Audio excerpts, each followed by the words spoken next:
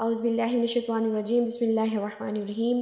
میرے تمام معزز سامعین و ناظرین کو میری طرف سے السلام علیکم ورحمۃ اللہ وبرکاتہ، اور سب کو رمضان المبارک کے خوبصورت ساعتیں، خوبصورت راتیں، خوبصورت مہینے آپ سب کو مبارک ہوں، کیونکہ یہ اللہ تعالیٰ کا بڑا قریب اور بہت ہی خوبصورت مہینہ ہے، اللہ تعالیٰ کے ساتھ جڑنے والا مہینہ ہے۔ سارے ہی مہینے افضل کی فضیلت کے حامل ہیں، لیکن رمضان الکریم کا مہینہ ایک ایسا مہینہ ہے جس میں قرآن پاک حضور نبی پاک صلی اللہ علیہ وسلم پر نازل ہوا، اور اس میں ہم روزے رکھتے ہیں، اللہ کے دیے ہوئے رزق میں سے خرچ کرتے ہیں، اور اس کے 3 اشرے ہیں۔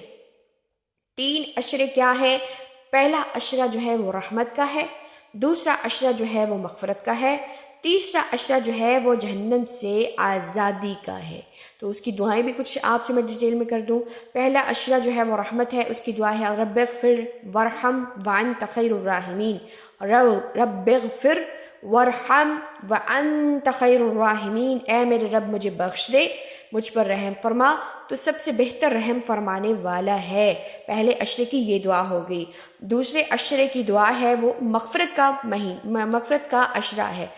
پہلے 10 دن جو ہیں وہ رحمت کے، دوسرے 10 دن جو ہیں وہ مغفرت کے، تیسرے 10 دن جو ہیں وہ جہنم سے آزادی کے۔ تو اس کی آپ دعا بتا دوں۔ پہلے اشرے کی دعا ہے رب اغفر وارحم وانت خیر الراحمین، دوسرے اشرے کی دعا استغفر اللہ ربی من کل ذنب واتوب الیہ، اور اس کی اے اللہ کے اے اللہ میں تجھ سے تمام گناہوں کی بخشش مانگتا ہوں، یا بخشش مانگتی ہوں، جو میرا رب ہے اسی کی طرف رجوع کرتی ہوں یا کرتا ہوں۔